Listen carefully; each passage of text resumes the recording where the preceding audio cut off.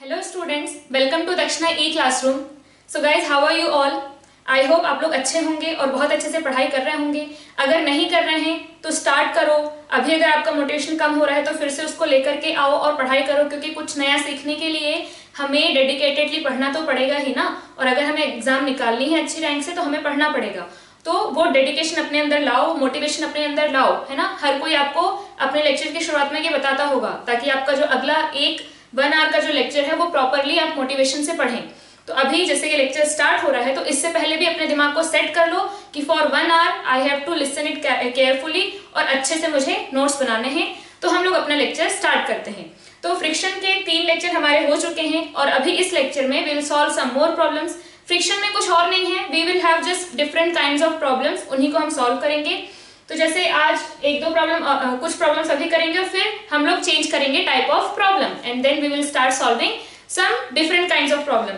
तो यहाँ पे जैसे पिछली क्लास में हम लोगों ने किया था कि इक्विलिब्रियम में है तो कितना फोर्स लग रहा होगा फ्रिक्शन, और अगर उसको चलाना है तो हमें मिनिमम कितना फोर्स लगाना पड़ेगा। तो यहाँ पे एक आपको रिजल्ट इससे आता है, जो रिजल्ट आपको याद रखना है वो इससे आता है कि इन दिस केस यहाँ पे अगर in the friction coefficient between this block and this surface is mu, तो हमें किस थीटा पे फोर्स लगाना चाहिए और कितना मिनिमम फोर्स लगाना चाहिए। This condition we have to find out कि कोई ब्लॉक अगर रखा हुआ है फ्लोर पे तो उसको मूव कराने के लिए what minimum force is required and at what angle we should apply that force, है ना। तो ये हमें देखना है। तो अब यहाँ पे क्या है कि हम कंडीशन डिराइव करेंगे कि किस थीटा पे and for what value of force will have minimum value of force, है ना। तो अब यहाँ पे देखो, ऐसे क्वेश्चन हम किए हुए हैं, न्यूमेरिकल वाले भी हमने किए हुए हैं। तो हम क्या करते हैं बेसिकली, यहाँ पे हमें पता है कि ये जब हम फोर्स इस तरीके से लगाते हैं, पुलिंग टाइप का जब लगाते हैं, तो यहाँ पे क्या होता है, फ्रिक्शन का जो कंपोनेंट है, फ्रिक्शन जो फोर्स है वो कम हो जाता है। क्यों?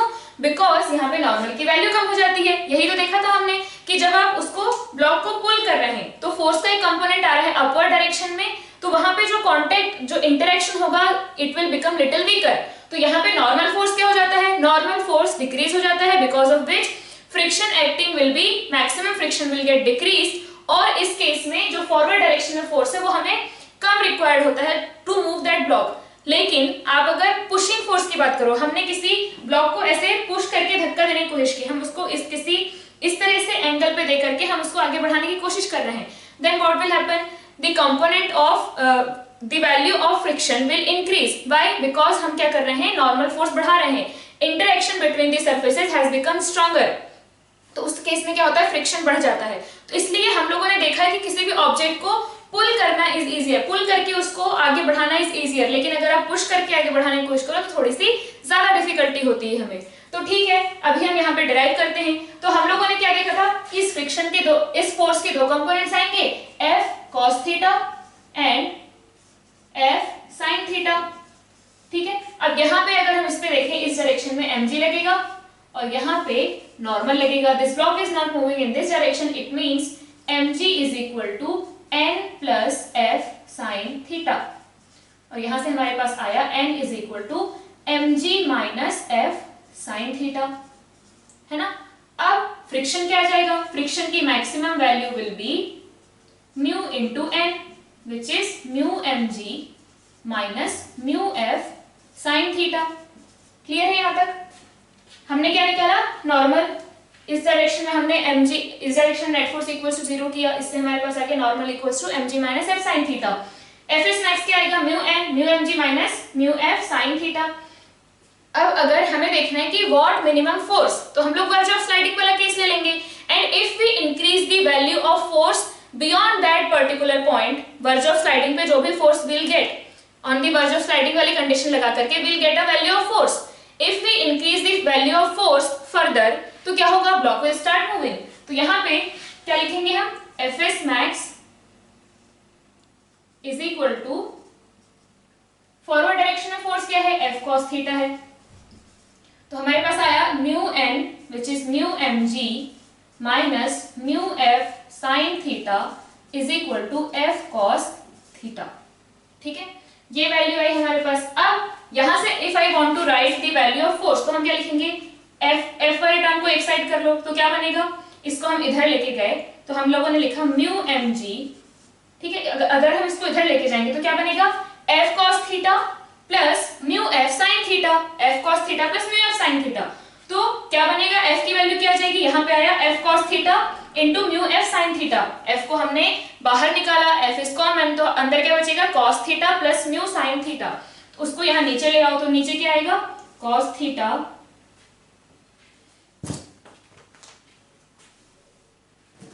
Mu sine theta plus cos theta.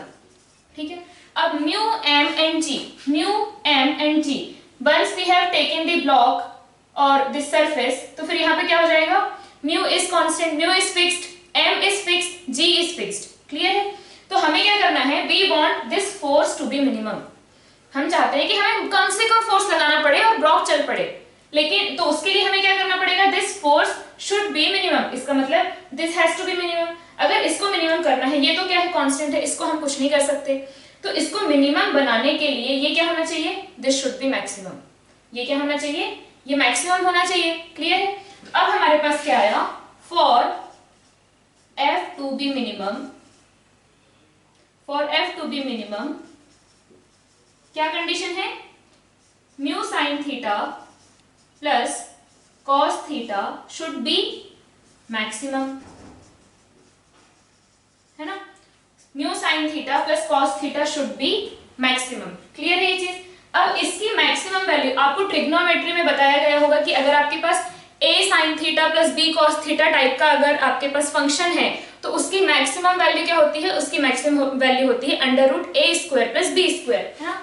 आपको ये बताया गया होगा कि अगर आपके पास है a sin theta plus b cos theta, तो हम यहाँ पे क्या करते थे, we multiply it with a square root a square plus b square and divide it with root a square plus b square।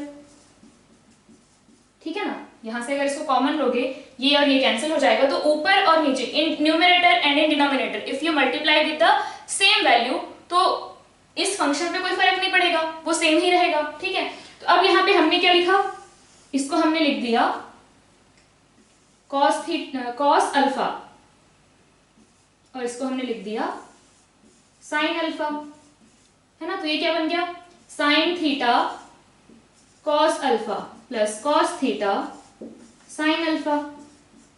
ठीक, तो इसको हम क्या लिख सकते हैं, साइन थीटा प्लस अल्फा लिख सकते हैं, और यहाँ पे ये तो बाहर था ही, root a square plus b square, root a square plus b square. अब इसकी मैक्सिमम वैल्यू क्या हो सकती है, 1। साइन की वैल्यू तो मैक्सिमम 1 हो सकती है ना, कब, when theta plus alpha is equal to 90 degree, या फिर alpha is equal to 90 degree minus theta, है ना। Alpha is equal to 90 degree minus theta, theta is equal to 90 degree minus alpha. ठीक है, तो यहां से हमारे पास क्या आएगा, ये मैक्सिमम हो सकता है 1, तो ये पूरा मैक्सिमम क्या हो सकता है, root a square plus b square. अब यहाँ पे देखो हमारे पास फंक्शन क्या है, हमारे पास फंक्शन है mu sine theta plus cos theta. ठीक है, तो यहाँ पे आई कैन राइट, इसको मैंने क्या लिया था, कॉस अल्फा लिया था, तो यहाँ पे पहले ये देखो a इज म्यू एंड इसको ऐसा लिख सकते हैं mu sine theta into 1 into cos theta, तो ये क्या है b, a की वैल्यू क्या है म्यू एंड b की वैल्यू क्या है 1। तो इस फंक्शन की मैक्सिमम वैल्यू क्या आएगी, maximum value will be root a square plus b square, root mu square plus 1 square, root mu square plus 1, 1 square is 1।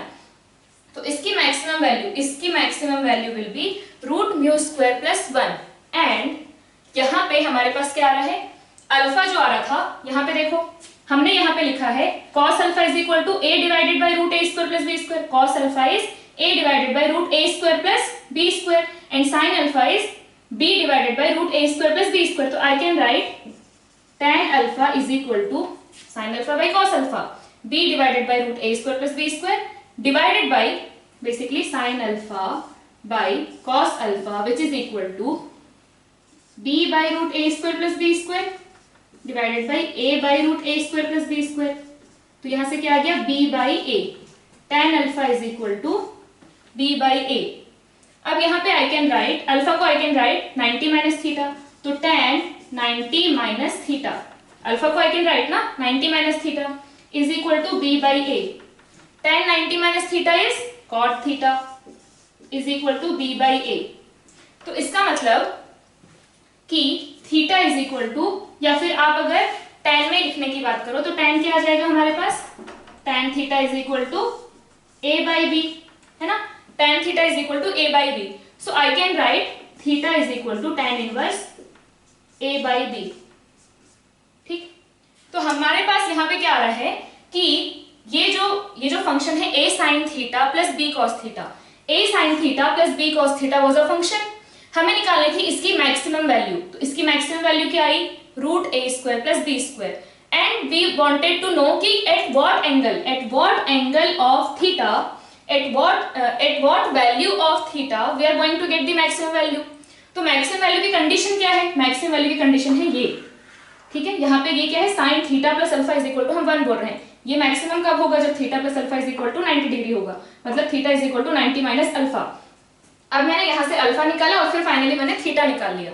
तो theta is equal to tan inverse a by b, theta is equal to tan inverse a by b पे value of this function will be maximum, and what will be the value, what will be that maximum value, it will be under root a square plus b square। कितनी होगी, under root a square plus b square will be the maximum value, and किस angle पे होगी, it will be at theta is equal to tan inverse a by b। तो यहाँ पे हमारे पास जो फंक्शन है उसमें a क्या है, a is mu and b है 1। तो इसकी मैक्सिमम वैल्यू क्या है, maximum value is under root mu square plus 1 and at what angle, at an angle theta is equal to, ये है ना, यही थीटा हमें फाइंड आउट करना है किस एंगल पे होगा, theta is equal to tan inverse a by B, tan inverse a by B, a is mu, b is 1, मतलब theta is equal to tan inverse mu. समझ में आई बात। तो यहाँ पे अगर हम ये F फोर्स लगा रहे हैं एट एंगल थीटा, तो हमें कितना फोर्स लगाना चाहिए, अब फोर्स की वैल्यू निकाल लेते हैं। तो फोर्स की वैल्यू क्या आ गई, F मिनिमम, F मिनिमम लिखेंगे, हमने F मिनिमम की कंडीशन ही फाइंड आउट की है ना। तो F मिनिमम कब है, when this is maximum, and what is the value, what is that maximum value, it is under root mu square plus 1। तो यहाँ पे क्या लिखोगे, mu mg divided by root mu square plus 1। I want, ये तो force की value है at different angles, ये क्या है, F की value at different angles, but F minimum कब होगा, when this theta is equal to tan inverse mu, and what will be the value, अगर आप यहाँ पे theta is equal to tan inverse mu लिखोगे तो ये वैल्यू क्या मिलेगी आपको, this value will be equal to the maximum value of this function which is nothing but mu square plus 1। तो यहाँ पे F minimum कितना आया, F minimum is mu mg divided by root mu square plus 1, and what angle, angle should be tan inverse mu, and this angle is angle with horizontal, angle of force with horizontal। clear है ये चीज, यहाँ पे this angle is angle of force with horizontal which is equal to tan inverse mu, mu is nothing but the friction coefficient between these two surfaces, and what is the value of F minimum, कितना minimum force आपको लगाना पड़ेगा, mu mg divided by under root mu square plus 1, mu mg divided by under root mu square plus 1, mu mg divided by under root mu square plus 1 at what angle, tan inverse mu, theta is equal to tan inverse mu। तो ये result याद रखेंगे, वैसे आपको questions जब आएंगे questions तो आपको धीरे धीरे प्रैक्टिस करोगे तो ये अपने आप याद हो जाएगा, बट ये रिजल्ट आप याद रख सकते हो क्योंकि इस पे डायरेक्ट क्वेश्चन आ जाते हैं कई बार, ठीक है। और ये क्वेश्चन आया हुआ था, उसको फिर हम लोगों ने एक डेरिवेशन बना दिया, but basically it was a question. तो आप इसको याद रख लो तो अच्छी बात है, क्योंकि याद रखना आसान भी है भाई। आपको अगर किसी ब्लॉक को मूव कराना है then what should be the minimum force applied and at what angle with horizontal it should be applied. तो minimum force will be mu mg by under root mu square plus 1 and angle will be tan inverse mu। ठीक है, तो आगे बढ़ते हैं हम लोग, ये क्वेश्चन सॉल्व करेंगे। वी हैव टू ब्लॉक्स, ठीक है, two blocks of mass m, ये एक इंक्लाइन प्लेन है। हम लोग इंक्लाइन प्लेन का हमेशा क्या करते हैं, ये वाला इमेज देखते हैं हम कि यहाँ से एक ब्लॉक जा रहा है, लेकिन अभी हमारे पास दो ब्लॉक्स हैं इसलिए हमने ये व्यू लिया है। तो यहाँ पे this is incline plane, inclined at 53 degree, or we have two blocks on that inclined plane, coefficient of friction between this block, इसको 1 and 2 बोल दो, this is 1, this is 2, coefficient of friction between 1 and the plane is mu s equals to 0.8, mu k is equal to 0.4. Same is given for similarly mu s and mu k is given for second block and plane. Then we have to find out which block will reach the bottom first. कौन सा block bottom पे पहले पहुंचेगा, ये हमें find out करना है. तो ट्राई करेंगे question. We have to find out कि कौन सा ब्लॉक बॉटम पे पहले पहुंचेगा. तो जस्ट इमेजिन कि यहाँ पे कोई फ्रिक्शन नहीं है. अगर कोई फ्रिक्शन नहीं होता तो कौन सा पहले पहुंचता. अगर मैंने मान लो इसका मास लिया 5 kg एंड इसका मैंने लिया 1 kg, कौन सा ब्लॉक पहले बॉटम पे पहुंचता. दोनों ही ब्लॉक साथ में पहुंचेंगे. व्हाई? बिकॉज इसका एक्सेलरेशन क्या आएगा g sin थीटा और इसका भी एक्सेलरेशन आएगा g sin theta. It doesn't depend on the mass. ठीक है, बट अभी यहाँ पे क्या है, फ्रिक्शन है और दोनों के मास सेम है but friction coefficient is different. Friction coefficient क्या है, डिफरेंट है. तो अब हमें देखना है कि कौन सा ब्लॉक जो है वो पहले नीचे पहुंचेगा. इसका मतलब हमने पहले ही कंसीडर कर लिया कि this block can move, these blocks can move. यहाँ पे जो mg sin थीटा है वो म्यू mg cos थीटा या फिर जो फ्रिक्शन का कोएफिशिएंट होता है mg sin थीटा उसको नीचे लेके जाएगा, म्यू mg cos थीटा उसको रोक के रखता है. ठीक है, तो ऑलरेडी उसने ओवरकम कर चुके हैं वो लोग. तो इसका मतलब अगर ब्लॉक्स मूव कर रहे हैं, if the blocks are moving, तो फिर कौन सा फ्रिक्शन लगाएंगे हम, we will use the kinetic friction, है ना, काइनेटिक फ्रिक्शन यूज करेंगे. तो if this blocks are moving, तो यहाँ पे देख लो कि what will be the acceleration. तो नीचे लगेगा g sin थीटा, ऊपर लगेगा म्यू के mg cos थीटा, है ना, म्यू के mg cos थीटा लगेगा काइनेटिक फ्रिक्शन. तो g sin theta minus mu के mg cos थीटा, दोनों के लिए निकालो, you will get the acceleration. तो हमें पता चल जाएगा the one which will have more acceleration वो जल्दी पहुंचेगा, the one which will have less acceleration वो लेट से पहुंचेगा. तो यहाँ पे अगर हम फर्स्ट केस में देखें तो क्या होगा, इस पे नीचे लगेगा mg sin थीटा माइनस ऊपर लगेगा mu mg cos theta divided by m. इससे हमारे पास आ गया एक्सेलरेशन ऑफ 1.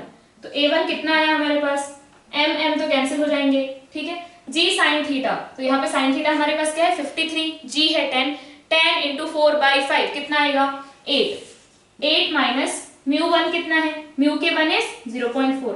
म्यू के हम क्यों ले रहे हैं, म्यू एस भी गिवन है, म्यू के भी गिवन है. म्यू के क्यों ले रहे हैं, बिकॉज यहाँ पे दिस ब्लॉक्स आर मूविंग, और अगर ब्लॉक्स मूव कर रहे हैं इट मींस कौन सा फ्रिक्शन लगेगा, काइनेटिक फ्रिक्शन लगेगा. तो हमारे पास आ गया 0.4 म्यू के into G cos theta, 10 into cos theta is 3/5, तो कितना आ जाएगा 6. ठीक है, तो हमारे पास क्या है value of acceleration for first block, it is 5.6 metre पर सेकेंड स्क्वायर, है ना, 5.6 मीटर पर सेकेंड स्क्वायर. ऐसे सेकेंड के लिए निकाल लो, तो सेकेंड के लिए क्या आएगा, ये तो सेम ही रहेगा 8 माइनस 0.5 इंटू 6 कितना आ गया 5 मीटर पर सेकेंड स्क्वायर. तो किसका एक्सेलरेशन ज्यादा है, a1 is greater then a2, so this block will reach the bottom first. I hope clear है आपको. बहुत सिंपल क्वेश्चन है ये, बट ऐसे जब आप 3-4 values of friction and block ऐसे बना हुआ है, एक इंक्लाइंड प्लेन है जिसका हमें हमेशा ऐसे व्यू लेते थे हम, लेकिन अभी ऐसे व्यू है, तो ऐसे ही क्वेश्चन देख के डर लग जाता है. But this question is very simple. तो क्वेश्चन को देख के नहीं डरेंगे, उसको पढ़ेंगे, उसके बाद अगर डरना होगा तो फिर डरेंगे, लेकिन क्वेश्चन को पढ़ने से पहले ही नहीं डरेंगे. ठीक है, ये हमेशा के लिए है, क्वेश्चन को पढ़ो पहले. ऐसा हो सकता है क्वेश्चन पढ़ने के बाद आपको डर लग जाए, वो ठीक है, बट क्वेश्चन को पढ़ने से पहले डर लग जाना गलत बात है. ठीक है, तो नेक्स्ट क्वेश्चन देखते हैं. We have again 2 blocks. अब यहाँ पे ये क्या थे, अलग अलग जगह पे रखे हुए थे, इसलिए हम लोगों को इसका ये व्यू लेना पड़ा हमें. बट अब क्या है, ब्लॉक्स एक यहाँ पे है, पहले क्या था, पहले एक यहाँ पे था, दूसरा यहाँ पे था, एक ऐसे जा रहा था, दूसरा ऐसे जा रहा था. लाइन ऑफ मोशन दोनों की डिफरेंट थी, लेकिन अब क्या है, दोनों की लाइन ऑफ मोशन सेम है. जो हमने जो मोस्ट ऑफ द क्वेश्चंस जैसे किए हैं अपने एनएलएम में भी किए हैं, तो उसमें क्वेश्चंस में क्या है, 2 ब्लॉक्स हैं, एक ब्लॉक है इंक्लाइंड पे ऐसे जा रहा है. तो these 2 blocks are moving on the same line. ठीक है, तो हमें ये बताना है कि after how much time the blocks will collide. तो अगेन अगर ब्लॉक्स विल कोलाइड की बात है, मतलब दोनों ब्लॉक्स चल रहे हैं, तो फिर से हम क्या लेंगे, यहाँ पे म्यू एस देने का कोई मतलब नहीं है, वो सिर्फ डराने के लिए दिया गया है. कौन सी वैल्यू लेंगे हम लेंगे काइनेटिक फ्रिक्शन की value. Then find out the value of acceleration for both the blocks. तो यहाँ पे भी m है, एक्चुअली सेम ही प्रॉब्लम को मैंने इस तरीके से लिया है सिचुएशन, म्यू एस 0.8 म्यू के, अच्छा म्यू एस का काम नहीं है, एक का 0.5 है, एक का 0.4 है, दोनों के मास m है और एंगल अभी भी 53 डिग्री है। इसका मतलब यहाँ जो रिजल्ट आया था सेम ही टाइप का रिजल्ट आएगा। सो इसके लिए क्या था, म्यू के वॉज 0.5, मास m म्यू के 0.5, एंगल 53, इसके लिए भी मास m थीटा 53 एंड म्यू के 0.5। तो एक्सेलरेशन, इसको अगर हम b बोलें, इसको a बोलें, तो acceleration of b will be equal to, इसके बराबर होगा एक्सेलरेशन इसका, तो a2 कितना आया था 5 मीटर पर second square and 0.4 m 53 degree, तो a ऑफ a कितना आएगा, जो इसका आया था 5.6 मीटर पर सेकेंड स्क्वायर। अब this b is moving with 5 metre पर second square and a is moving with 5.6 metre पर सेकेंड स्क्वायर, ठीक है। तो अब यहाँ पे क्या है, acceleration of a is greater than acceleration of b, तो definitely they are going to collide। और उनके बीच में जैसी at t is equal to 0, जब सिस्टम को हमने पढ़ना शुरू किया, the distance between the blocks was 30 metre. तो अब हमें यहाँ देखना है कि वो ब्लॉक्स को वो 30 मीटर का डिस्टेंस कवर करना है। तो ये जा रहा है 5 से, ये जा रहा है 5.6 से, डेफिनेटली दे मीट। तो यहाँ पे अब क्या है, आप रिलेटिव एक्सेलरेशन देख लो कि ये 5 से जा रहा है, ये 5 प्लस 0.6 से जा रहा है, 5.6 मतलब 5 प्लस 0.6, तो 5 और 5 कैंसिल हो गया। तो यहाँ पे आप ये बोल सकते हो कि acceleration of a with respect to b क्या हो जाएगा, acceleration of a minus acceleration of b। Acceleration of a क्या है 5.6 minus acceleration of b is 5, तो ये आ जाएगा 0.6 मीटर पर second square. So basically acceleration of a with respect to b, b को क्या लग रहा है कि a मेरी तरफ 0.6 से आ रहा है, b को लग रहा है कि a is coming towards me with 0.6 metre पर सेकेंड स्क्वायर। इसके पास 5 था, इसके पास 5 प्लस 0.6 था, तो एक्सेस में कितना है उसके पास 0.6, तो 0.6 की स्पीड मतलब एक्सेलरेशन से b की तरफ आएगा, ठीक है। तो यहाँ से हम इससे सॉल्व कर सकते हैं, डिस्टेंस कितना कवर करना है, b को क्या लग रहा है, मैं रेस्ट में हूँ, a is coming towards me with 0.6 metre पर सेकेंड स्क्वायर, डिस्टेंस कितना कवर करना है उसको 30 मीटर। तो यहाँ पे क्या है, इनिशियल वेलोसिटी दोनों को हमने रिलीज किया है, इनिशियल वेलोसिटी दोनों की 0 है, इसको म्यू और u में कंफ्यूज नहीं होना, u मतलब इनिशियल वेलोसिटी, म्यू मतलब कोएफिशिएंट ऑफ फ्रिक्शन। तो यहाँ पे अब इसको डिस्टेंस कितना कवर करना है 30, इनिशियल वेलोसिटी 0 है, तो यहाँ पे लगा दो ut plus half t square, तो डिस्टेंस कितना कवर करना है 30, हाफ a कितना है 0.6 इंटू टी स्क्वायर, कितना आ गया 0.3 और ये हो जाएगा 100, तो t इज इक्वल टू आ गया 10 सेकेंड्स।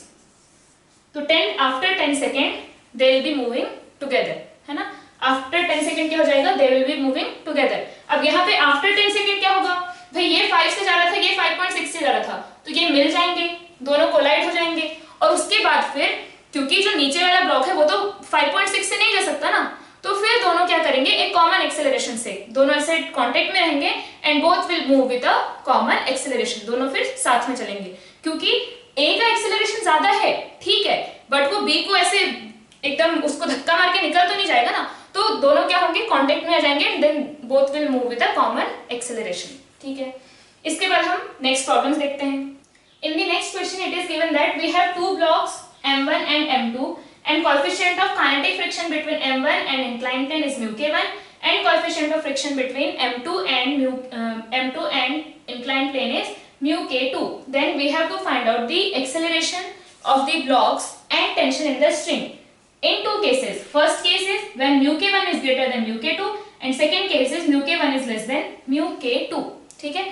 तो अब यहाँ पे पहली चीज ये सोचो कि अगर if m1 is moving faster, अगर m1 का acceleration is more and m2 का acceleration is less, is it possible कि m1 फास्ट जाए और m2 स्लो आए? नहीं है, क्योंकि फिर क्या होगा, ये आगे जाएगा और ये पीछे छूटता रहेगा, देन इनके बीच का जो सेपरेशन है वो बढ़ेगा और वो बढ़ नहीं सकता because string is inextensible, stretchable तो नहीं होती ना ये स्ट्रिंग। इसका मतलब m1 can not move faster. अगर ऐसी सिचुएशन आती है कि m1 का एक्सेलरेशन सेपरेटली अगर हम देखें, टेंशन का इफेक्ट ना देखें, only mg sin theta and new mg cos theta, अगर अभी थोड़ी देर के लिए स्ट्रिंग को भूल जाओ तो हो सकता है किसी एक केस में this may have more acceleration than this, तो इसका मतलब ये फास्ट जाएगा, लेकिन वो पॉसिबल नहीं है बिकॉज यहाँ पे स्ट्रिंग है उसकी वजह से उनका मोशन रेस्ट्रिक्ट हो चुका है। Then both will move together, है ना, क्या होगा, जो स्ट्रिंग है it will become tight and both the blocks will move together with a common acceleration. Second case, if this is having more acceleration and this block is having less acceleration, तो ये धीरे जाएगा और ये fast जाएगा. तो फिर क्या होगा? तो ये फास्ट आएगा, string will become slack. String क्या हो जाएगी? लूज हो जाएगी, स्लैक हो जाएगी. एंड हो सकता है कि after some time those blocks will collide, like हमने पिछले प्रॉब्लम में किया था कि इसका एक्सेलरेशन ज्यादा है, इसका एक्सेलरेशन कम है, देन ब्लॉक्स विल कोलाइड. तो यहाँ पे देखते हैं किस कौन से केस में कैसे सिचुएशन आ रही है. तो पहली चीज इस पे इधर लग रहा है mg m1g sin थीटा और इस पे लग रहा है m2g sin theta, m2g sin theta. और यहाँ पे अगेन कंडीशन क्या है कि मूव कर रहे हैं, तो फिर क्या लगेगा? काइनेटिक फ्रिक्शन लगेगा mu k1 mg cos theta mu k2 mg cos theta. ठीक है, तो यहाँ पे m1g sin theta m2g sin theta mu k1 m1g cos theta and mu k2 m2g cos theta. तो इसका एक्सेलरेशन देखते हैं. फर्स्ट केस में क्या होगा? फर्स्ट केस में है mu k1 is greater then mu k2, mu k1 is greater then mu k2. अब यहाँ पे एक्सेलरेशन निकालो तो एक्सेलरेशन ऑफ 1, इसको हमने 1 मान लिया, इसको हमने 2 मान लिया. Acceleration of 1 will be m1g sin theta minus mu k1 m1g cos theta divided by mass, है ना? Total force divided by mass. तो क्या हो जाएगा? m1 m1 कैंसिल, इसका आया g sin theta. क्या लिखोगे? m1g sin theta minus mu k1 m1g cos theta divided by m1. तो g sin theta minus mu k1 g cos theta और a2 क्या आ जाएगा? g sin theta minus mu k2 g cos theta. हमें given है कि mu k1 is greater then mu k2, mu k1 is greater then mu k2. अगर ये बड़ा है तो ये बड़ा होगा और ये बड़ा होगा तो ये छोटा हो जाएगा. ठीक है ना? म्यू k1 बड़ा है, ये दोनों quantities are same g sin theta, but because mu k1 is greater you are subtracting a bigger quantity. अगर आप बिगर क्वांटिटी सब्ट्रैक्ट कर रहे हो तो ये पूरा क्या हो जाएगा? This will become less. तो यहाँ पे क्या आ जाएगा? a1 is less than a2. a1 is less than a2. अगर a1 less than a2 है, it means the lower block is moving slow and upper block is moving fast. तो string will become slack, tension हो जाएगा 0, है ना? slack हो जाएगी string. और अब आप एक्सेलरेशन तो आपने फाइंड आउट कर ही लिया है. इस एक्सेलरेशन से ये जा रहा है और इस एक्सेलरेशन से ये जा रहा है. String will become slack, tension will be 0. Tension 0 और एक्सेलरेशन ये g into sine theta minus mu k1 cos theta, g into sine theta minus mu k2 cos theta. Clear है ये चीज? नेक्स्ट हम देखते हैं सेकंड केस. सेकंड केस में क्या है? हमें गिवन है mu k1 is less than mu k2. तो यहाँ पे a1 क्या आ जाएगा? Greater than a2.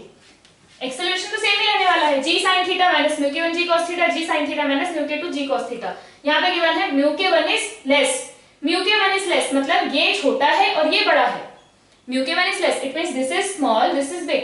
तो अगर आप इस सेम क्वांटिटी में से छोटे को सब्ट्रैक्ट करोगे तो क्या होगा? वो बड़ा रह जाएगा.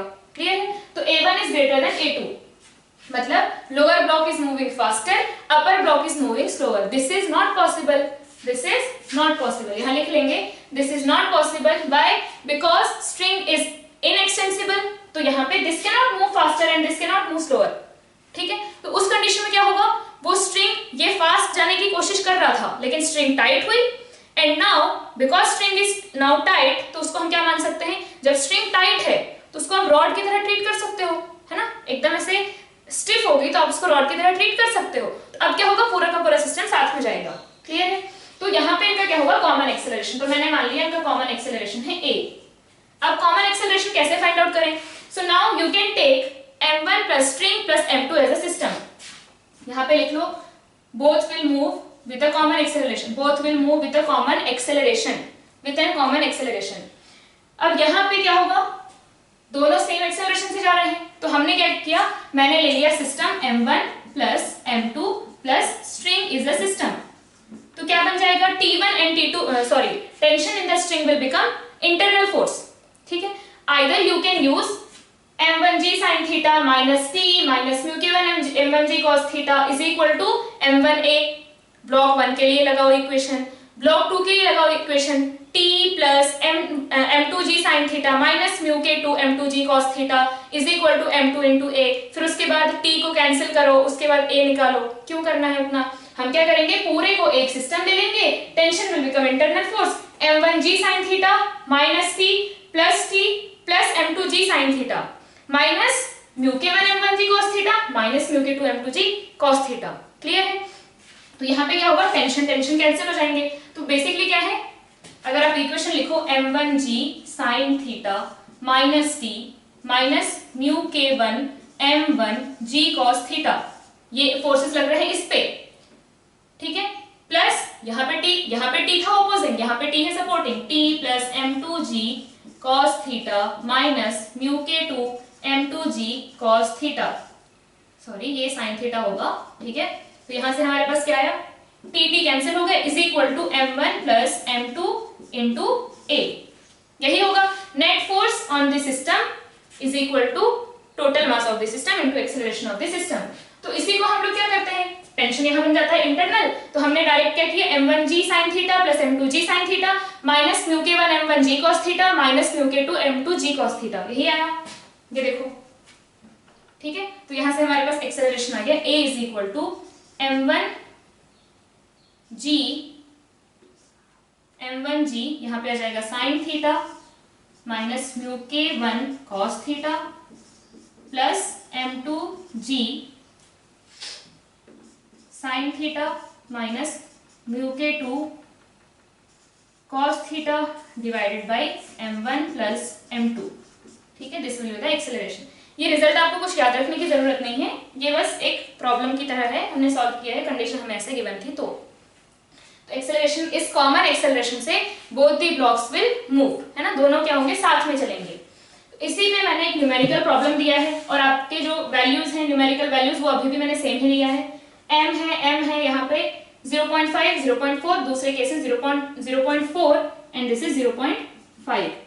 एक केस में मैंने म्यू के 1 को बड़ा लिया, म्यू के 2 को छोटा, एंड सेकंड केस में म्यू के 1 छोटा, म्यू के 1 बड़ा। तो अब हमने यहाँ देखा था कि व्हेन हम लोगों ने देखा था कि व्हेन म्यू के इज 0.5, जब 0.5 है तो एक्सेलरेशन आया था। आपका जो पिछला प्रॉब्लम है वो सिमिलर ही है, कितना आया था, 5 मीटर पर सेकेंड स्क्वायर, और दूसरे केस में आया था 5.6 मीटर पर सेकेंड स्क्वायर। ये था जब म्यू 0.5 है और ये था जब म्यू 0.4 है।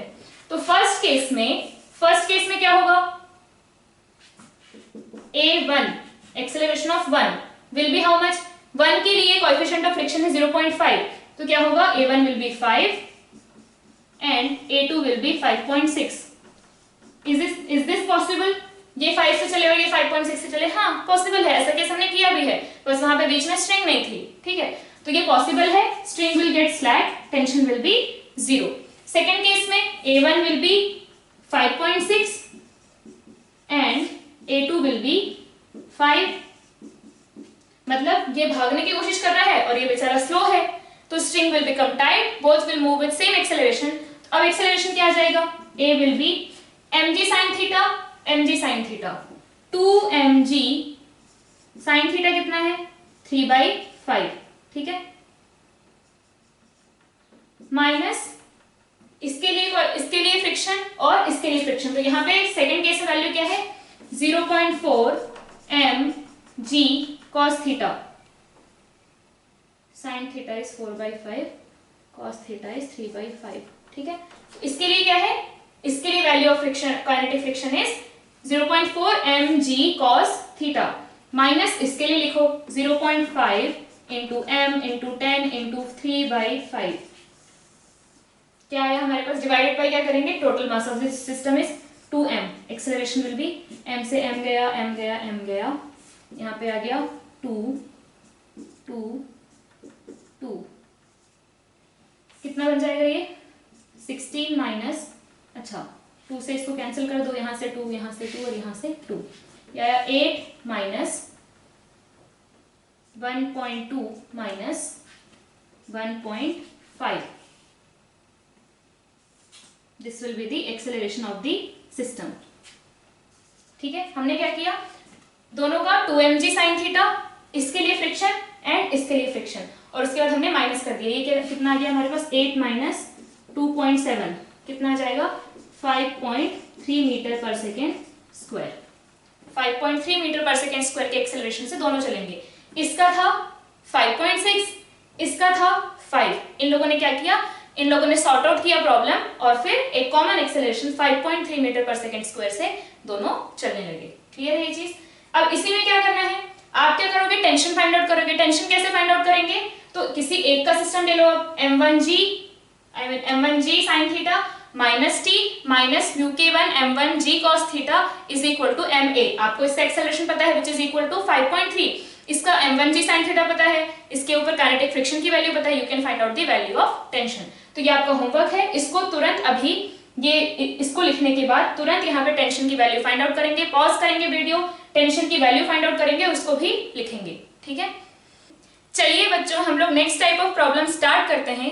तो नेक्स्ट टाइप ऑफ प्रॉब्लम में आप हेडिंग डालेंगे ब्लॉक ओवर ब्लॉक या problem related to block over block. मतलब एक ब्लॉक के ऊपर दूसरा ब्लॉक रखा हुआ होगा और उसमें कुछ सिचुएशन हमें गिवन होगी और कुछ पूछेगा तो हमें वही बताना है। तो यहाँ पे बेसिकली ये है कि वी हैव ब्लॉक, यहाँ पे जैसे आपको दिख रहा है ब्लॉक है, उसके ऊपर ब्लॉक है and there is a friction between the blocks, और कभी कभी यहाँ पे friction between this surface and block नहीं है, कभी कभी वो भी हमें कुछ वैल्यू गिवन है। तो इस केस में हम लोगों को ये देखना होता है कि for what value of force, जैसे मैंने ये फोर्स लगाया, for what value of force, for what maximum value of force these two blocks will move together, है ना, दोनों साथ में चलेंगे या नहीं चलेंगे, कितना फोर्स लगाएंगे तो चलेंगे। ठीक है, अगर कुछ फोर्स की वैल्यू हमें गिवन है तो उस कंडीशन में वो साथ चल रहे हैं या अलग अलग चल रहे हैं, तो वो हमें फाइंड आउट करना है। तो उसके लिए पहले हम उस चीज को थोड़ा सा समझ लेते हैं। तो यहाँ पे अगर आप देखो तो इस ब्लॉक हमने क्या किया, दोनों का एफबीडी बनाया। ठीक है, इसका एफबीडी और नीचे वाले का एफबीडी बनाया, ये कैपिटल एम, ये है स्मॉल एम। तो इन दोनों के बीच में there will be some friction force. ठीक है, और यहाँ पे तो कोई फ्रिक्शन फोर्स नहीं है। अगर ये ब्लॉक मूव कर रहे हैं तो किस वजह से मूव कर रहे हैं, this block is moving because इस पे एफ फोर्स आगे लग रहा है, इस ब्लॉक पे एफ फोर्स आगे लग रहा है। तो जैसे इस पे एफ फोर्स लगने वाला होगा तो इसके रिस्पेक्ट में what will be the tendency of this block to move, क्या होगा, नीचे वाले ये है ऊपर वाला, इस पे कोई फोर्स अभी नहीं लग रहा है। ठीक है, हमने इस पे फोर्स लगाया तो इसकी टेंडेंसी है आगे जाने की, तो इस पे फ्रिक्शन किस साइड लगेगा, there is a friction between these two surfaces, ये आगे जाने की टेंडेंसी है तो इस पे फ्रिक्शन लगेगा पीछे, कितना लगेगा अभी हमें नहीं पता। ठीक है, अगर इस पे आगे फोर्स लग रहा है तो इस पे फ्रिक्शन पीछे लगेगा, और फ्रिक्शन बिकॉज अगेन क्या है, इन दोनों सरफेस के बीच में इस पे लगेगा और इस पे जो लगेगा that will be equal and opposite, है ना, इक्वल एंड ऑपोजिट। तो इस पे लग रहा है इस side, then friction on this block will be in this direction. Clear है। अब because there is a friction on this block, इस पे कुछ नेट फोर्स आ गया, फॉरवर्ड डायरेक्शन में कुछ नेट फोर्स आ गया ना, तो ये ब्लॉक मूव कर सकता है।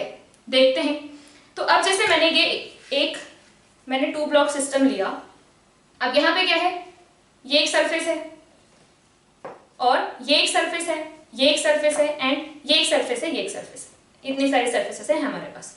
अब हमने क्या किया, इन दोनों ब्लॉक को, this is the two block system, ये क्या है, टू ब्लॉक सिस्टम है। अब हम यहाँ पे देखते हैं, डेफिनेटली इस सरफेस के बीच में और इसके बीच में कुछ ना कुछ फ्रिक्शन होगा। यहाँ स्मूथ वाला केस है, लेकिन यहाँ पे तो होगा ही ना, ये सरफेस थोड़ी सी रफ है और ये तो बहुत ही ज्यादा रफ है, ये जो पार्ट है दिस इज रफ। ठीक है, तो इन दोनों के बीच में तो बहुत ज्यादा फ्रिक्शन है।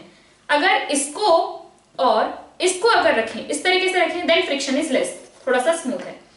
अब हम यहाँ पे देखते हैं, मैंने क्या किया, नीचे वाले पे फोर्स लगाया, नीचे वाले पे फोर्स लगाया, नीचे वाले पे फोर्स लगाया तो ऊपर वाला भी चल रहा है ना, ऊपर वाला भी चल रहा है। क्या ऊपर वाले पे डायरेक्टली कुछ फोर्स लगा है, नहीं, डायरेक्टली उस पे कुछ फोर्स नहीं लगा है।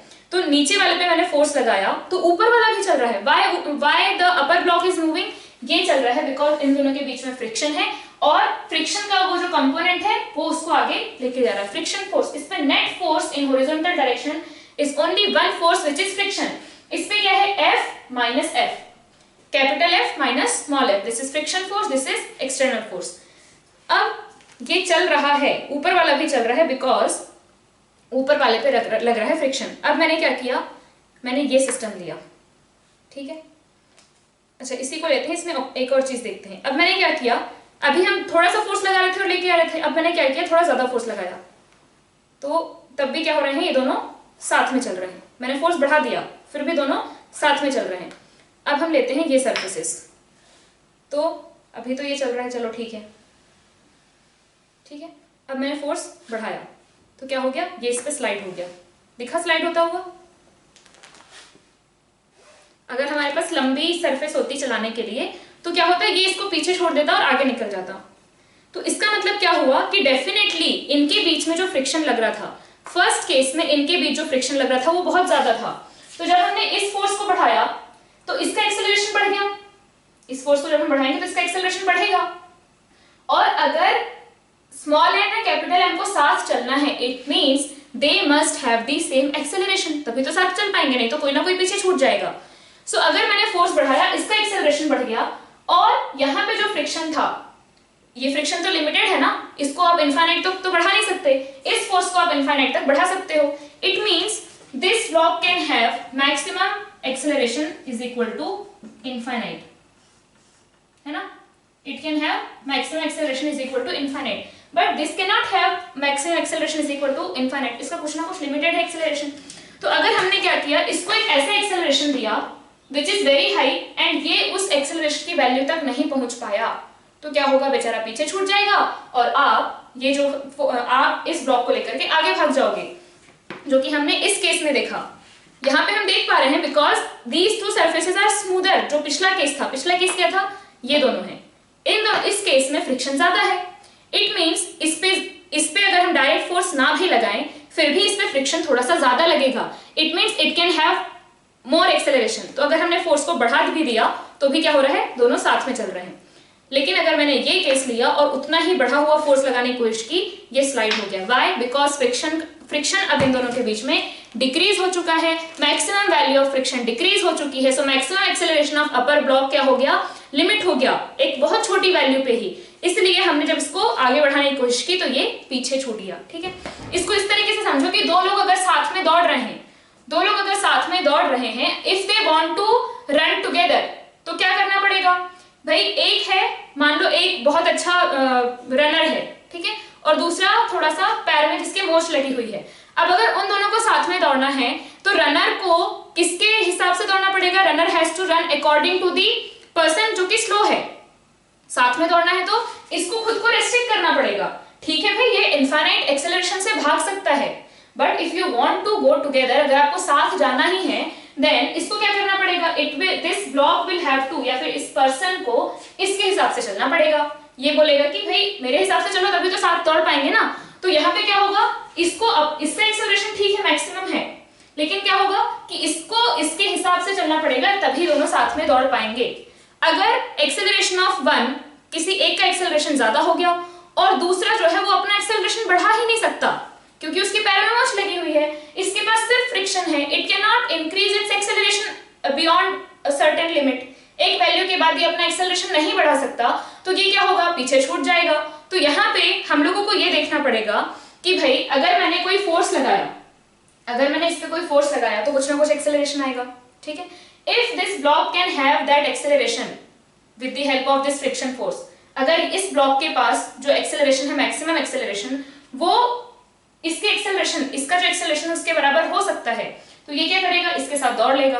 और अगर इसका एक्सेलरेशन इसके एक्सेलरेशन से कम हो गया तो ये आगे भाग जाएगा और ये पीछे रह जाएगा। इट मींस कि हम लोग अगर एक फोर्स को किसी सर्टेन वैल्यू के आगे अगर बढ़ाते हैं, if we go beyond that value, तो हो सकता है कि blocks will not move together, जो कि हमने यहाँ पे एग्जांपल देखा कि अगर मैंने इस केस में फ्रिक्शन ज्यादा था तो मैंने फोर्स बढ़ा भी दिया तो भी दोनों साथ में मूव कर रहे हैं, बट इस केस में अगर मैंने फोर्स बढ़ाया तो ये क्या हो गया, इस पे स्लाइड कर गया। ठीक है, तो यहां पे क्या हुआ, अगर हमने फोर्स को एक वैल्यू के आगे अगर बढ़ाया तो ये नीचे वाला ब्लॉक आगे बढ़ गया और ये यहीं पे रह गया। आई होप आप समझ गए हैं। तो अगर हम फोर्स लगा रहे हैं और हम चाहते हैं कि ब्लॉक्स साथ में चले, तो there will be a certain value of F which is being applied, जिसके आगे आप बढ़ाएंगे तो वो दोनों साथ में नहीं चलेंगे। तो ऐसे ही क्वेश्चन हमारे पास आते हैं कि what is the maximum value of force for which these two blocks will move together? What is the maximum value of force for which these blocks will move together? और किसी किसी केस में आपको force given होगा कि आप बताइए कि in this case are they moving together और सेपरेटली। तो यही क्वेश्चन हम सॉल्व करेंगे। तो फर्स्ट क्वेश्चन में आपके पास यही है, find the maximum value of force या find F max for which the blocks will move together. Find F max for which the blocks will move together. तो यहाँ पे पहले फर्स्ट वाले प्रॉब्लम में हम अच्छे से प्रॉपरली एफबीडी वगैरह बना के समझेंगे। तो इस पे क्या लग रहा है, नीचे mg, यहाँ पे लग रहा है नॉर्मल, इस पे कोई आगे फोर्स नहीं है, इस पे लग रहा है नीचे mg, ठीक है, और इधर लग रहा है f। यहाँ पे अब इन दोनों के बीच में देखो, इन दोनों के बीच में एक नॉर्मल आएगा, इन दोनों के बीच में एक नॉर्मल आएगा, क्लियर है ना, इन दोनों के बीच में एक नॉर्मल आएगा और इन दोनों के बीच में एक नॉर्मल आएगा। बाय बिकॉज ऊपर वाला ब्लॉक भी तो नीचे वाले ब्लॉक को because of this mg push कर रहा है ना। एंड दिस नॉर्मल, ये जो नॉर्मल आ रहा है ये सरफेस से तो नहीं आ रहा है, ये इस सरफेस से तो नहीं आ रहा है। दिस नॉर्मल, ये जो नॉर्मल हमने अपर ब्लॉक पे लगाया ये किसकी वजह से है, बिकॉज ऑफ दिस कॉन्टेक्ट। इस कॉन्टेक्ट की वजह से है क्या, नहीं, इस कॉन्टेक्ट की वजह से है। तो यहाँ पे मैंने इसको बोल दिया n1। तो अगर इस सरफेस पे, इस सरफेस ने, इस सरफेस की वजह से अगर इस पे n1 लगा तो इस पे नीचे n1 लगेगा और यहां से भी एक n आएगा, तो इसको हम n2 लिख देते हैं, ठीक है। तो नीचे वाली सरफेस, नीचे वाले ब्लॉक पे क्या है, नीचे mg, तो ऊपर लगा नॉर्मल 2 और ऊपर से उस पे क्या आ रहा है, ऊपर से उस पे आ रहा है n1, तो इसने भी लगाया n1, ठीक है। तो अब यहाँ पे देखो, when you will find out the value of friction between these two surfaces, जब आप m और capital M and small m के बीच का जब फ्रिक्शन निकालेंगे, कौन सी नॉर्मल की वैल्यू लेंगे आप, जो उस सरफेस पे लग रहा है। ये नॉर्मल तो नहीं ले लेंगे ना, वो नॉर्मल लेंगे जो इन दोनों सरफेस के बीच में लग रहा है। अब यहाँ पे ये देखो, if this block is not moving in this direction it means n1 is equal to mg, n1 is equal to mg।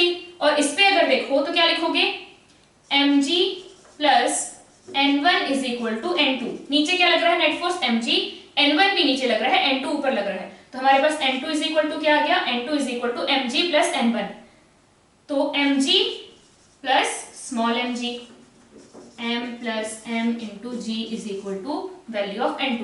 और सीधी सी बात है, आप इसको ऐसे भी मान सकते हो कि you have a system of two blocks of mass capital M plus small m which is kept on a floor.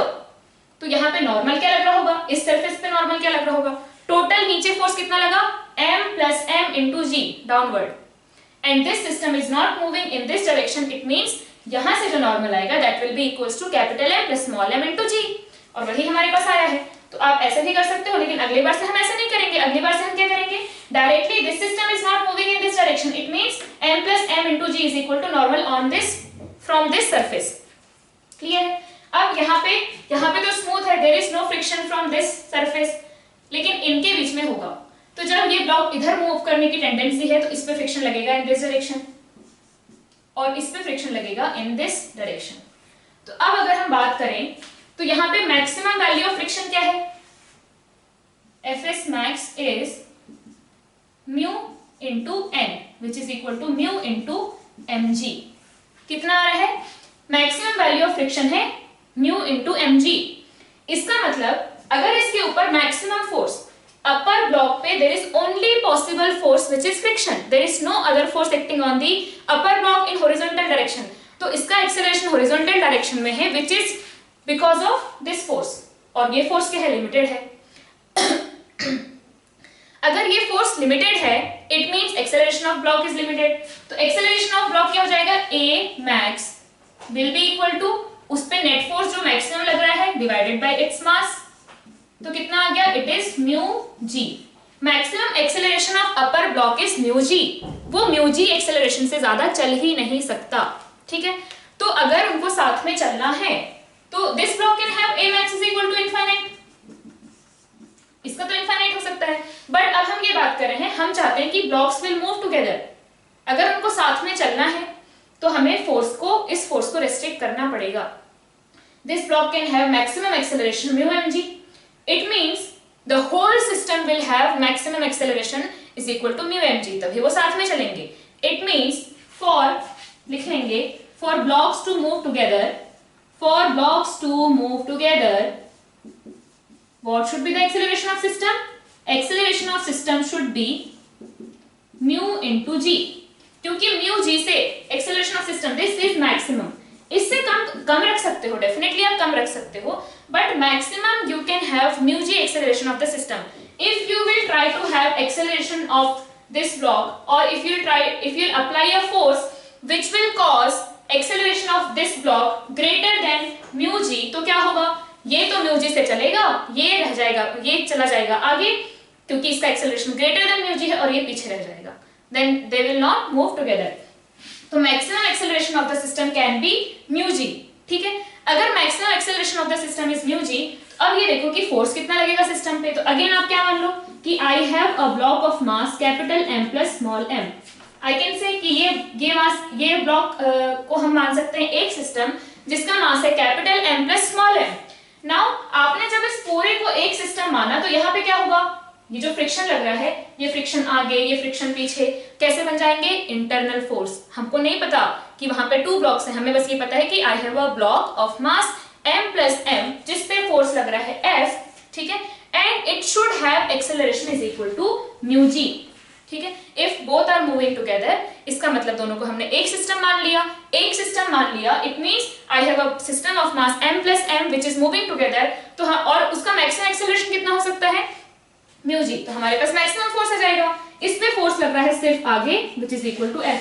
क्या कोई और फोर्स है इस पे, यहाँ पे कोई फ्रिक्शन नहीं है, यहाँ का फ्रिक्शन इंटरनल बन जाएगा. It means it has only one force in horizontal direction which is F. अब F max निकालना है. F max is equal to यहाँ पे हमारे पास क्या जाएगा, A max into mass of the system. Clear है. तो A max कितना है हमारे पास, A max है म्यू जी. तो F max कितना आ जाएगा, F max is equal to m plus ये स्मॉल m है, ठीक है, m plus m into mu g.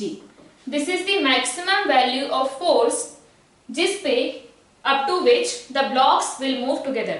If you increase the value of F beyond this point, then the blocks are going to move separately. Clear है चीज. तो maximum value of force क्या आएगा हमारे पास, F max is equal to m plus m into mu g.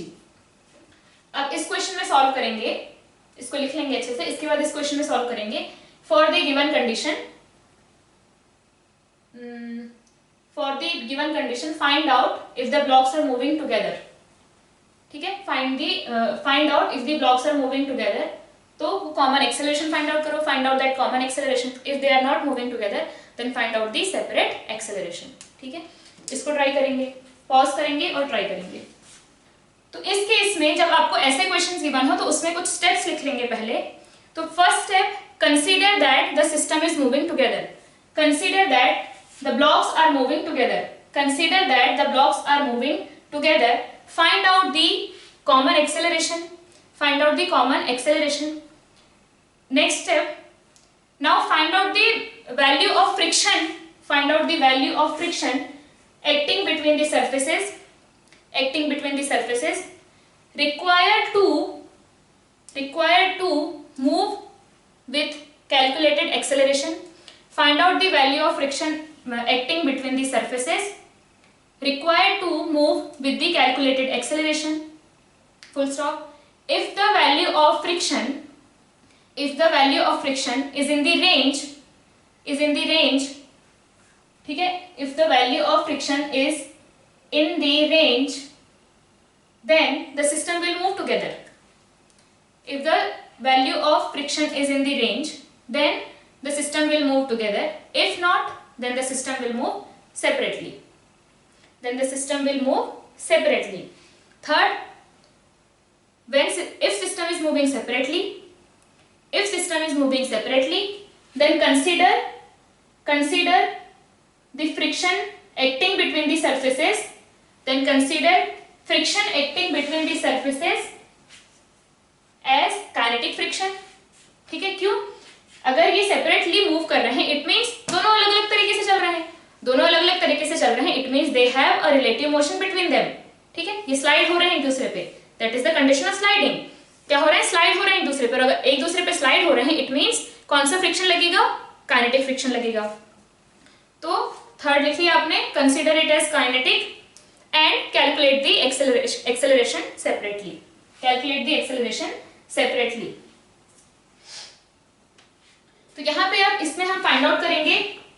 तो पहले हमने क्या माना, पहले मान लिया कि दोनों साथ में चल रहे हैं, तो एक्सेलरेशन ऑफ सिस्टम क्या जाएगा, नीचे कोई फ्रिक्शन नहीं है, this friction will become internal when you consider this whole as a system. तो यहाँ पे क्या जाएगा, acceleration of system will be, net force on the system is 30 newton and total mass of the system is 15 kg। कितना आ जाएगा, it is 2 metre पर second square.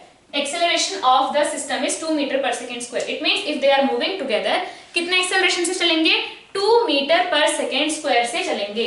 Now इस पे तो लग रहा है 30, ठीक है, इसका एक्सेलरेशन तो कितना भी हो सकता है, बट इसका एक्सेलरेशन लिमिटेड है। अब हमें ये देखना है कि can this block have acceleration is equal to 2 metre पर सेकेंड स्क्वायर। क्या इसकी इतनी कैपेबिलिटी है, क्या इसकी इतनी कैपेबिलिटी है कि वो 2 मीटर पर सेकेंड स्क्वायर से चल पाए। तो उसके लिए हमें क्या करना पड़ेगा, either you find out the maximum value of friction, either you find out the maximum value of friction और उसको डिवाइड कर दो इसके मास से, तो उसका क्या आ जाएगा, मैक्सिमम एक्सेलरेशन आ जाएगा। अगर maximum acceleration is greater than और equal to this calculated acceleration, है ना, इसका मैक्सिमम एक्सेलरेशन अगर ग्रेटर है और इक्वल है to this acceleration, it means they are moving together. Clear. या फिर आप क्या बोल सकते हो कि अगर इस ब्लॉक को 2 मीटर पर सेकेंड स्क्वायर से चलना है, then what should be the force acting on that block, कितना होना चाहिए, इसका मास इनटू ये एक्सेलरेशन। ठीक है, अगर वो फ्रिक्शन की रेंज में आ रहा है, मैक्सिमम वैल्यू ऑफ फ्रिक्शन से कम आ रहा है या इक्वल आ रहा है, it means blocks are moving together. करते हैं, ठीक है। तो यहाँ पे हमने देखा कि the system has acceleration is equal to 2 metre पर second square if they are moving together. यहाँ पे ऊपर लिख लेना, consider the blocks are moving together then acceleration of system is equal to this. ठीक है, फिर फ्रिक्शन रिक्वायर्ड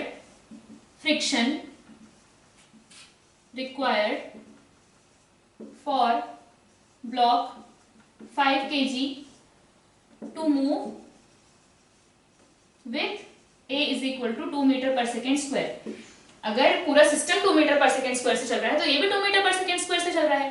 तो यहाँ पे अगर इसका एफबीडी बनाओ तो क्या होगा, 5 kg, इस पे सिर्फ इधर लग रहा है फ्रिक्शन, यहाँ पे है नॉर्मल, यहाँ पे है mg, ठीक है, और mg is equal to normal, तो ये कितना आ जाएगा 50 न्यूटन।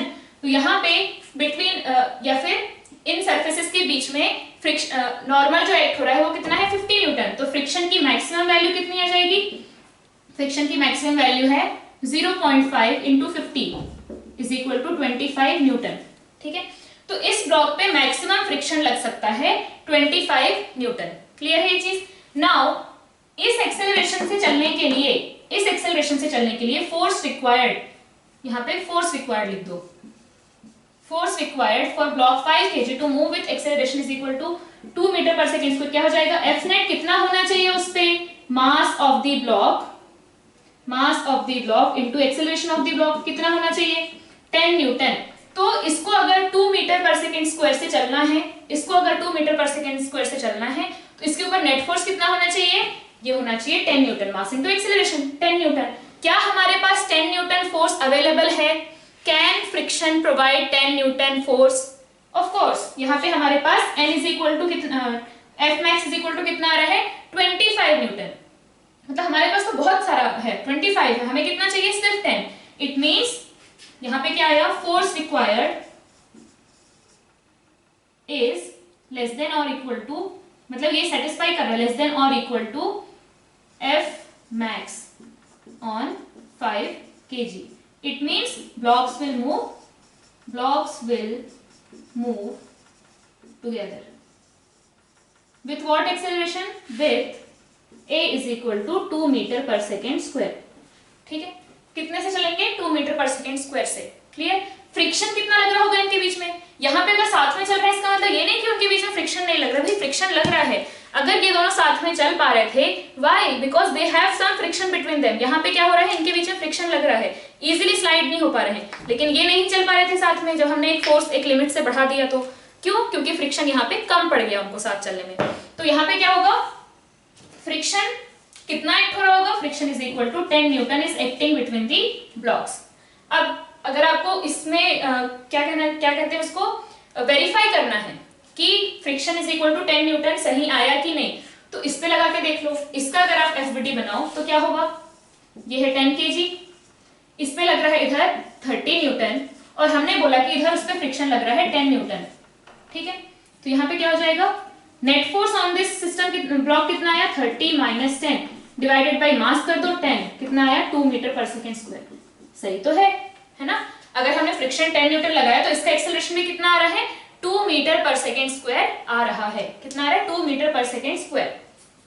इसका मतलब फ्रिक्शन की वैल्यू सही है और एक्सेलरेशन की वैल्यू भी सही है। Blocks are moving together. Clear है ये चीज। तो पूरा सिस्टम साथ में चल रहा है विथ 2 मीटर पर second square. Friction acting between the blocks is 10 Newton. वैसे अब नेक्स्ट प्रॉब्लम सॉल्व करेंगे। इसमें हमारे पास क्या है भाई, यहाँ पे म्यू पहले से हुआ करता था, वी हैड अ फोर्स, लेकिन यहाँ पे अब इस जगह पे भी एक फ्रिक्शन आ गया है। Then we have to find out कि ब्लॉक्स विल मूव टुगेदर और नॉट। तो यहाँ पे फिर से क्या है,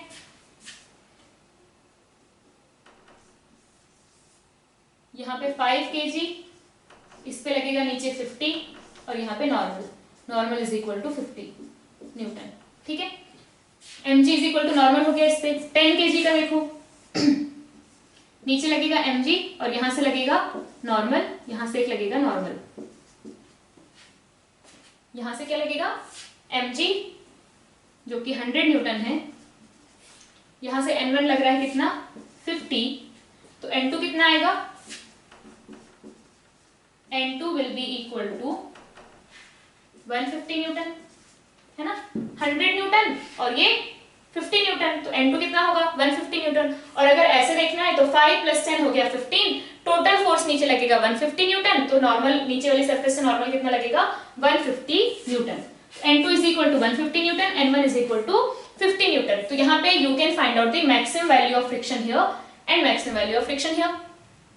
अब डेफिनेटली अगर ये सिस्टम चल रहा है, अभी इस पूरे को एक मान लो, अगर ये सिस्टम चल रहा है it means there is a relative motion between this surface and this surface. अगर रिलेटिव मोशन है तो फ्रिक्शन अपनी मैक्सिमम वैल्यू पे होगा, फ्रिक्शन अपनी मैक्सिमम वैल्यू पे होगा। यहाँ पे मैक्सिमम वैल्यू ऑफ फ्रिक्शन क्या है, इसको हम 2 बोल देते हैं। मैक्सिमम वैल्यू ऑफ फ्रिक्शन क्या है 0.3 इंटू 150, कितना आ जाएगा 45 न्यूटन।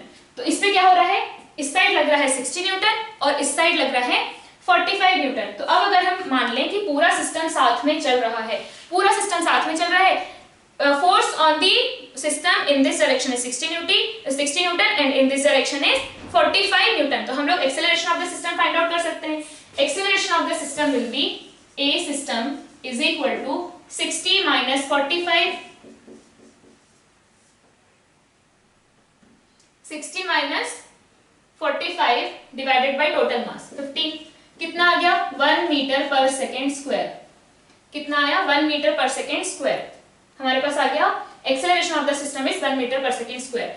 अगर इस एक्सेलरेशन से सिस्टम को चलना है, अगर इस एक्सेलरेशन से सिस्टम को चलना है मतलब it will move with 1 metre पर second square, it will move with 1 metre पर second square. Again force required कितना है, force required on 5 kg is equal to कितना होना चाहिए मास इनटू एक्सेलरेशन। एक्सेलरेशन कितना है 5 न्यूटन। तो this block needs 5 newton to move with acceleration 1 metre पर सेकेंड स्क्वायर। अब हम देखते हैं कि उसके पास अवेलेबल कितना है फोर्स। तो मैक्सिमम वैल्यू ऑफ फ्रिक्शन कितनी है, maximum value of friction is 50 into 0.2, कितना आया 10 न्यूटन। 10 न्यूटन है और हमें चाहिए 5 Newton. It means these two block will move together. Again these two block will move together. Clear है ये चीज। तो यहाँ पे हमने पहले मान लिया कि पूरा सिस्टम साथ में चल रहा है। 60 45 तो एक्सेलरेशन ऑफ द सिस्टम आया 1 मीटर पर सेकेंड स्क्वायर। अब सेपरेटली हम फाइंड आउट कर लेते हैं। यहाँ पे फ्रिक्शन कितना लग रहा होगा, फ्रिक्शन लग रहा होगा 5 Newton. Friction on this block is maximum value 10 है, बट नाउ फ्रिक्शन कितना लग रहा है अभी 5 न्यूटन। दोनों ब्लॉक 1 मीटर पर सेकेंड स्क्वायर से चल रहे हैं। नीचे वाले ब्लॉक को अगर आप देखो तो यहाँ पे क्या लग रहा है, इस पे 60 न्यूटन, यहाँ पे 45 न्यूटन एंड अगेन ये फ्रिक्शन कैसा लगेगा, यहाँ पे इस पे लगेगा आगे और इस पे लगेगा पीछे। तो इस पे अगेन ये फ्रिक्शन कैसा आया 5 न्यूटन। और इसका मास है 10 kg। तो यहाँ से अगर हम एक्सेलरेशन निकालें कितना आ रहा है 60 माइनस ये हो गया 50 डिवाइडेड बाई 10 कितना आ रहा है 1 मीटर पर सेकेंड स्क्वायर।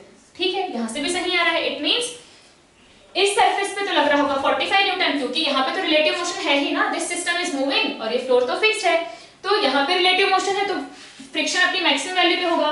लेकिन इन दोनों के बीच में there is no relative motion, उनके बीच में स्लाइडिंग नहीं है, दे आर मूविंग टुगेदर, दोनों क्या हो रहे हैं साथ में चल रहे हैं। फ्रिक्शन है बट फ्रिक्शन अपनी मैक्सिमम वैल्यू पे नहीं है because there is no sliding between the blocks. तो फ्रिक्शन की मैक्सिमम वैल्यू इज 10, बट अभी फ्रिक्शन कितना लग रहा है, अभी फ्रिक्शन लग रहा है 5 newton and both the blocks are moving together, both the blocks are moving together with acceleration is equal to 1 metre पर second square. Friction acting between the blocks is 5 Newton and friction acting between lower block and the surface and the ground is 45 Newton, which is its maximum value. I hope it's clear to you.